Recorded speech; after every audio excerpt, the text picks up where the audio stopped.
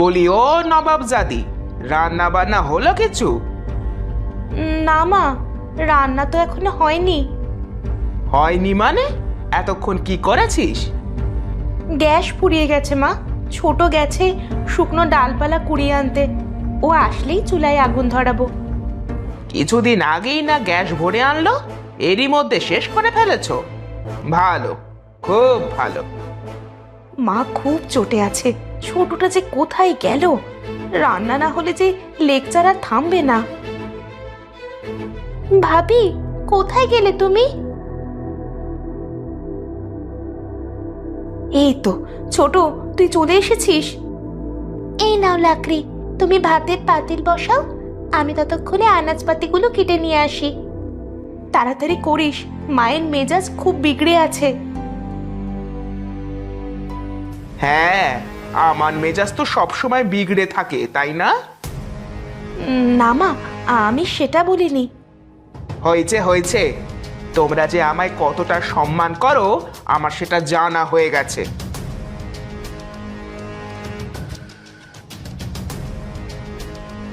ভাবি, তুমি চুলায় আগুন দাও কি, বুড়ি যা ইচ্ছে বলুক।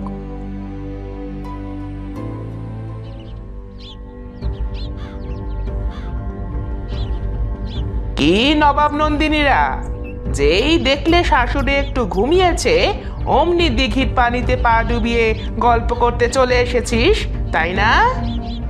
মা, আপনি যখন ইচ্ছে আমাদের এভাবে অসম্মান করতে পারেন না। এমন হলে এরপর থেকে আমরাও আপনাকে ছেড়ে কথা বলবো না। কি? যত বড় মুখ নয় তত বড় কথা।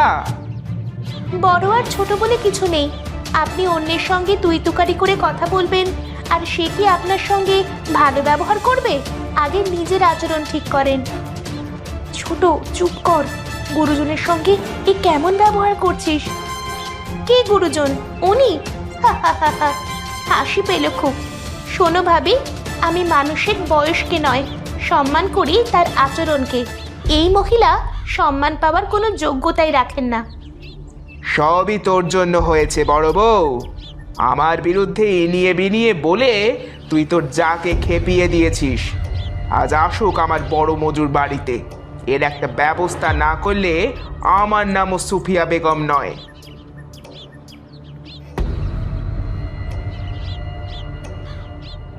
দেখলে ভাবি, কিছু না করেও কেমন অপরাধী হলে। যাই বলিস ছোট, তোর ওনার সঙ্গে এরকম করা ঠিক হয়নি। উনি আমাদের শাশুড়ি, আর বিয়ের পরে মেয়েদের শাশুড়ি তাদের মা হয়। মানে তুমি তারপরেও শাশুড়ির দোষ দিবে না? হায় রে, তোমার সঙ্গে আমার বনবে না, আমি গেলাম।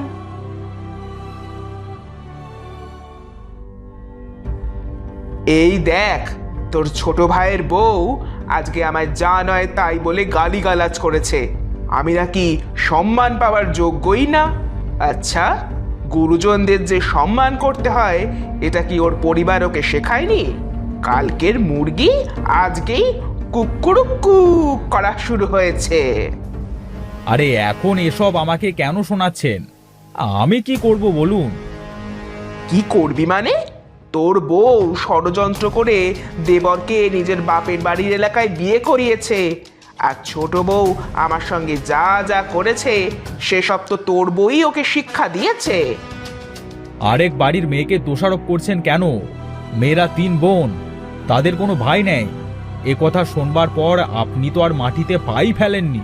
আপনার কারণেই তো বিয়েটা হয়েছে, নয়তো বড় কাকা তো বেঁকে বসেছিল। ও, তুইও বউয়ের সুরে গান গাওয়া শুরু করেছিস?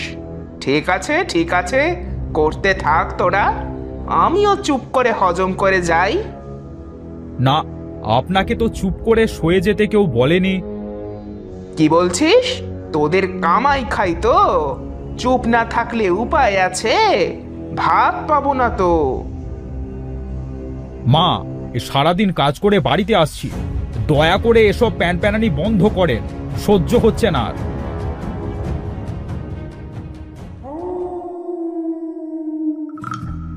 শুয়ে পড়লেন যে, খাবেন না? না, খিদে নেই, তুমি খেয়ে নাও। আপনাকে ওনাকে ছাড়া খেয়েছি কখনো?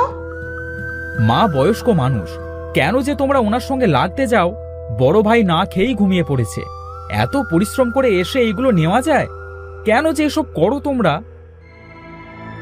আমরা করি মানে আপনার মা যখন যা ইচ্ছে মুখে আসবে বলে দিবে আর আমরা সেটা সহ্য করব বলছেন?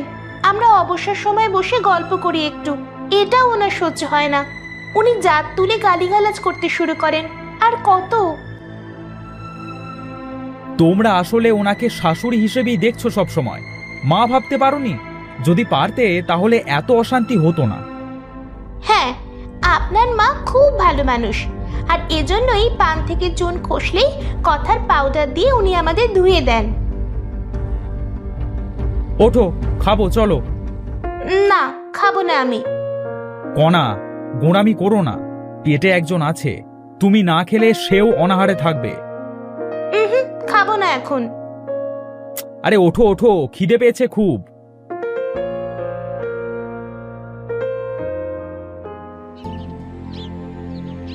ছোট, তুই বাড়িতেই থাক, আমি রান্নার জন্য বন থেকে শুকনো ডালপালা কুড়িয়ে নিয়ে আসি। আমিও যাব ভাবি। পেট শুধু তোমার একার নয়, আমাদেরও আছে। ঠিক আছে, চল।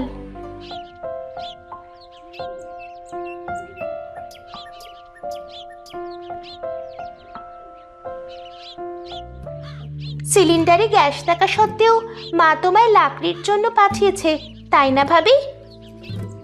বাদ দে না, মা পুরনো দিনের মানুষ, তাই তাই বলে চুলায় ভাত বসানোর পর উনি সেটা বন্ধ করে দিবেন? ছোট, ওই দেখ, ওদিকে একটা কুয়া দেখা যাচ্ছে। চল, আমরা কুয়ার কাছে যাই। এ কি ভাবি, কুয়ো থেকে যে পড়ে উঠে এলো! চলে যাও তোমরা এখান থেকে, এটা অভিশপ্ত কুয়া। কেউ এর পানি পান করলে সঙ্গে সঙ্গে পাগল হয়ে যাবে। এ কি ভাবি, কুয়ার পরি তো সতর্কবাণী দিচ্ছে। এখানে আর থাকা ঠিক হবে না, চল।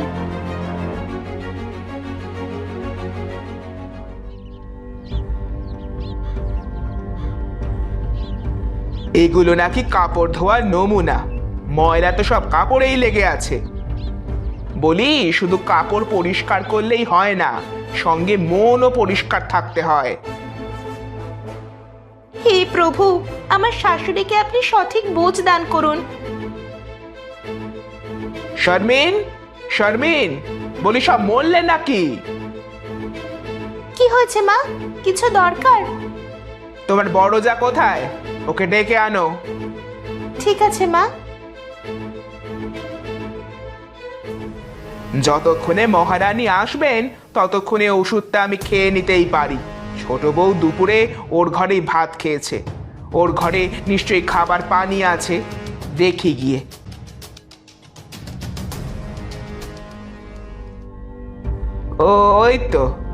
ওই তো বোতল ভর্তি পানি। যাই, ওষুধটা খেয়ে নি।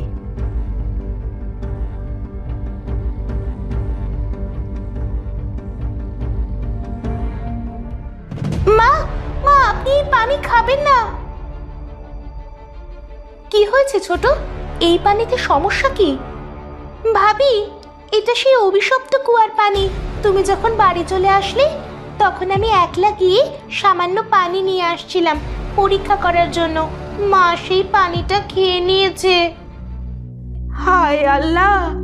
মা, মা, আপনি ঠিক আছেন তো মা?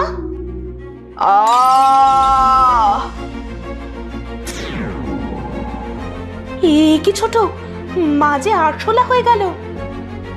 মা, মা কেন করলেন এমনটা? পানির প্রয়োজন ছিল, এটা আমাকেই বলতে পারতেন। কেন এই পানিটুকু খেলেন? কিন্তু এই পরী তো বলেছিল এই পানি খেলে লোকে পাগল হয়ে যায়। তাহলে মা আরশোলা হলো কেমন করে? সবই আমার জন্য হয়েছে। আমার এত কৌতূহল কেন? কেন আমার ইচ্ছে হলো পরীর কথা সত্যতা প্রমাণ করার? আজ আমার জন্যই মায়ের এই অবস্থা হয়েছে। কিন্তু তুই তো ইচ্ছে করে এমন করিসনি ছোট। মা, ও মা, কোথায় তুমি? রাসেল ভাই চলে এসেছে। মনে রাখিস, যা ঘটেছে সেটা এক্ষুনি ওনাদের জানতে দেওয়া যাবে না, ওনারা ভেঙে পড়তে পারেন। এই তো তোমরা এখানে। মা কোথায়? মা তো দুপুরে মেজো খালার বাড়ি গেছে। গতকালের ঝগড়ার জন্য নিশ্চয়ই। ভাবি, আপনি তো বুদ্ধিমতী খুব, কণাকে একটু বোঝাতে পারেন না? ও খালি গোঁড়ামি করে। মা যখন ঝগড়া করে তখন চুপ থাকলেই তো হয়। ছোট ভাই, ও ছোট থেকেই এমন প্রতিবাদী স্বভাবের। সমস্যা আমাদেরই, আমরা ওর প্রতিবাদী স্বরকে চিনতে পারিনি। এবার কিন্তু আমরা দু ভাইয়ের কেউ যাব না মাকে আনতে। আপনারা দু যা মিলে মায়ের মান ভাঙিয়ে নিয়ে আসবেন। ঠিক আছে, সময় হোক।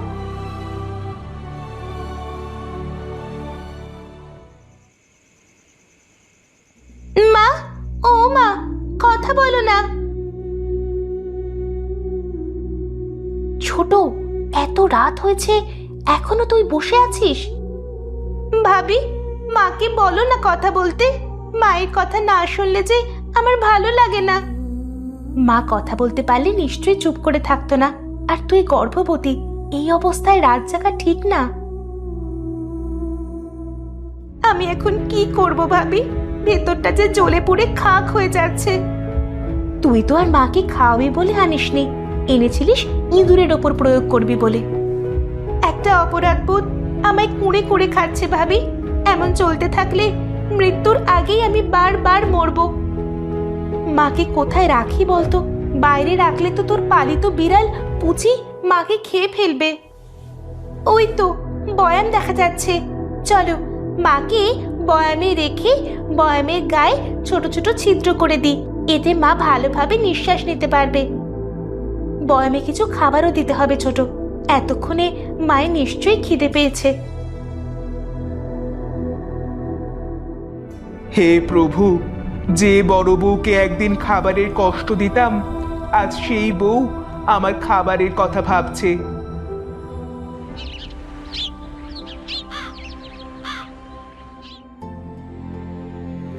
না, পুচিকে বাড়িতে রাখা যাবে না। ওকে বাড়িতে রাখলে মায়ের জীবন বিপন্ন হতে পারে।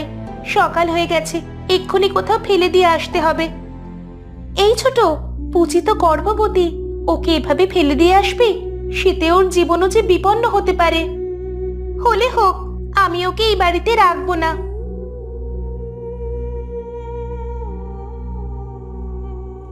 মুখ পুরি ঝগড়ুটে বলে যে বউকে একদিন বাবা মা তুলেও গালি দিতে ছাড়িনি, আজ সেই ছোট বউ আমার জন্য নিজের সন্তান তুল্য বিড়ালকে ফেলে দিয়ে আসতে যাচ্ছে।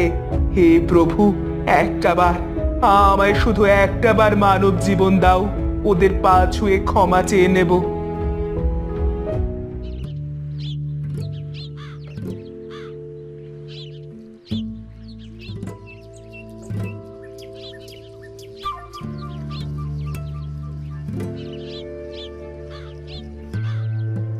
আমায় ক্ষমা করিস পুচি, আমায় তুই ক্ষমা করিস। নিজে গর্ভবতী হয়েও আরেক গর্ভবতী অবলা প্রাণীকে আমি বনে রেখে যাচ্ছি। এজন্য হে প্রভু, তুমিও আমায় ক্ষমা করো।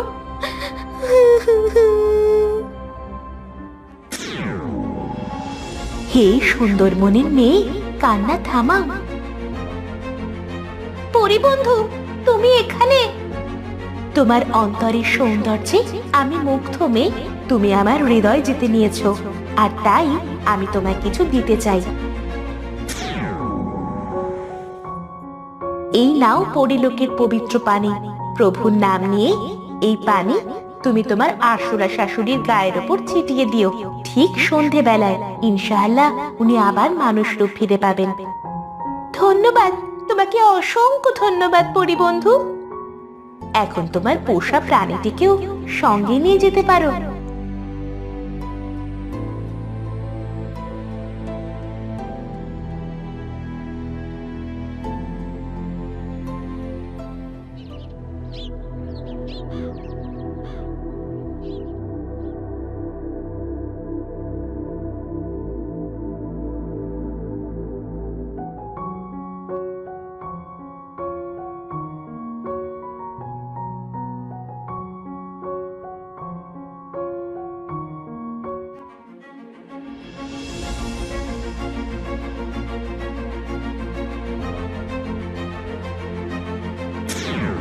ছোট, পরীর পানি তো সত্যিই কার্যকরী ছিল। দেখ দেখ, মা আবার আগের মতো হয়ে গেছে। মা, মা আপনি ঠিক আছেন তো?